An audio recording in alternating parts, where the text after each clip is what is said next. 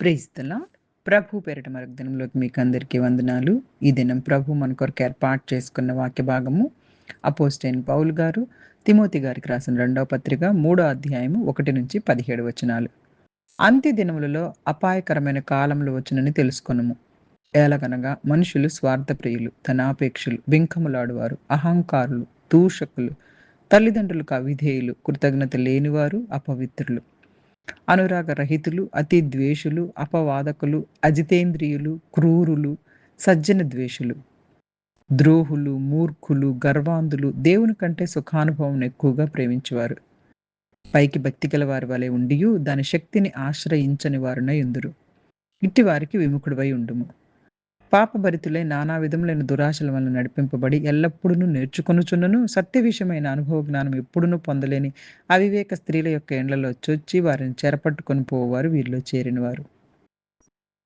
ఎన్నే అంబ్రే అనువారు మోషేను ఎదిరించినట్టు వీరును చెడిన మనసు కలిగి విశ్వాస విషయంలో భ్రష్టులై సత్యమును ఎదిరింతురు. ఆయనను వీరి అవివేకం ఎలాగూ తేటపడినా అలాగే వీరిది కూడా అందరికీ తేటపడును గనక వీరికి ముందుకు సాగరు. అయితే నీవు నా బోధను, నా ప్రవర్తనను, నా ఉద్దేశమును, నా విశ్వాసమును, నా దీర్ఘశాంతమును, నా ప్రేమను, నా ఓర్పును అంతియోకియ, ఇకోనియ, లుస్త్ర అను పట్టణములలో నాకు కలిగినట్టి హింసలను, ఉపద్రవములను తెలుసుకొనిన వాడివే నన్ను వెంబడించితివి. అట్టి హింసలను సహించితిని గాని వాటన్నిటిలో నుండి ప్రభువు నన్ను తప్పించును. క్రీస్తు యేసునందు సద్భక్తితో బ్రతకనుద్దేశించిన వారందరూ హింస పొందుదురు. అయితే దుర్జనులను, వంచకులను, ఇతరులను మోసపరచుచు తామును మోసపోవచ్చు అంతకంతకు చెడిపోవుదురు. క్రీస్తు యేసునందు ఉంచవలసిన విశ్వాసము ద్వారా రక్షణార్థమైన జ్ఞానం నీకు కలిగించుటకు శక్తిగల పరిశుద్ధ లేఖనములను బాల్యం నుండి నువ్వు ఎరుగుదువు గనుక నీవు నేర్చుకొని రూఢి అని తెలుసుకొని ఎవరి వలన నేర్చుకుంటావో ఆ సంగతి తెలుసుకొని వాటి యందు నిలకడగా ఉండుము.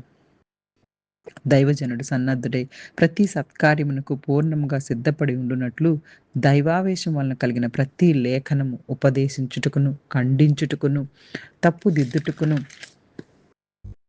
నీతి యందు శిక్ష చేయుటకును ప్రయోజనకరమై ఉన్నది. హల్లెలూయా, హల్లెలూయా.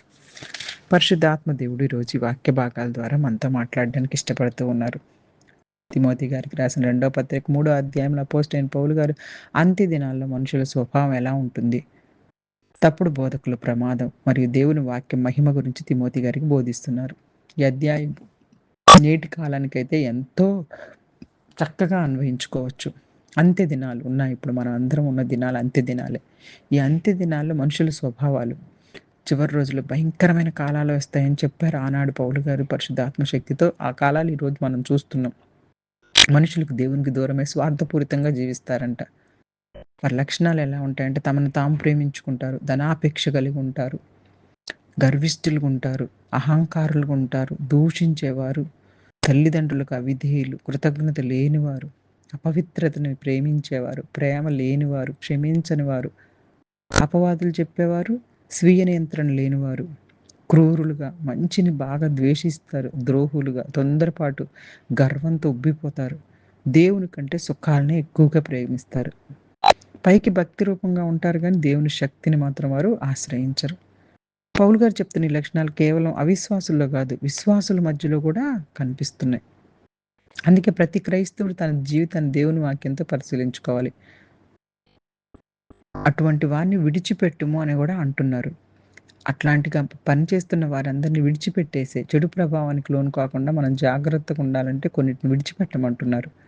కొంతమంది అయితే మోసగాళ్ళు, బలహీనమైనటువంటి విశ్వాసం కలిగిన వారిని తప్పుదోవ పట్టించేస్తున్నారు.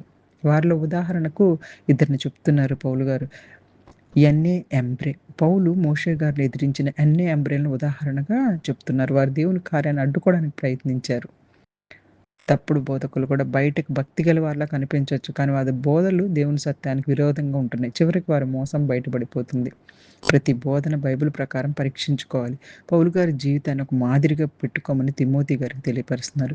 తిమోతి గారు పౌలు యొక్క బోధ, ప్రవర్తన, విశ్వాసం, ప్రేమ, సహనం, హింసలు వీటన్నిటిలో నేను ఎలా ప్రవర్తించాను, అలా నువ్వు కూడా ప్రవర్తించు, నావన్నీ విషయాలు నీకు తెలుసు కదా అని పౌలు గారు తిమోతి గారికి జ్ఞాపకం చేస్తున్నారు. అంతియోకియ, ఇకోనియ, లుస్త్రాలో పౌలు గారిని ఎంతో హింసించారు. ఆయన ఆ హింసలన్నిటిని గుర్తు చేస్తూ దేవుడు తనని విడిచిపెట్టలేదని చెప్పి చెప్తూ ఉన్నారు. వాటన్నిటిలో నుంచి దేవుడు ఆయనను విడిపించారు కూడా. హల్లెలూయా. క్రీస్తు యేసునందు భక్తిగా జీవించదలసిన వారందరూ హింసలు అనుభవిస్తారు. ఇది అందరికి అనుసరించేది. క్రీస్తు ప్రభువారు నిజంగా అనుసరించే వారి జీవితం కొన్నిసార్లు వ్యతిరేకతలు, అపహాస్యాలు, బాధలొస్తాయి. అందరూ అంటుంటారు, దేవుడే మమ్మల్ని చూసుకుంటారులే అంటే ఈయనకేమన్నా పిచ్చా అనుకుంటారు.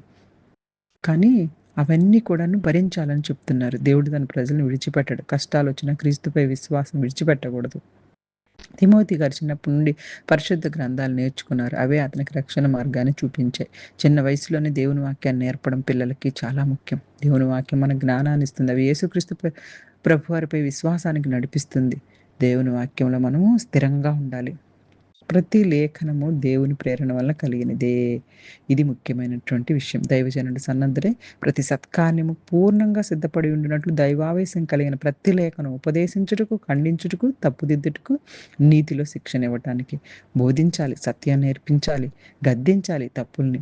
అలాగే సరిదిద్దాలి. సరైన మార్గాలకి, నీతిలో శిక్షనివ్వాలి. అంటే పరిశుద్ధమైన జీవితానికి సిద్ధపాటు చేయాలి. దేవుని సేవకుడు ప్రతి మంచి పనికి సంపూర్ణంగా సిద్ధపడేందుకు దేవుని వాక్యం సహాయపడుతుంది. బైబిల్ వాక్యాలు చదవడం మాత్రమే కాదు, అది మన జీవితాన్ని మార్చడానికి దేవుడిచ్చిన జీవవాక్యం. అంత్య దినాల్లో పాపాలు ఎక్కువవుతాయి. దీని గురించి అప్రమత్తంగా ఉండమని ఈ వాక్య భాగాల్లో తెలియపరుస్తున్నారు. భక్తి రూపం మాత్రమే కాదు, నిజమైన భక్తితో జీవించాలి.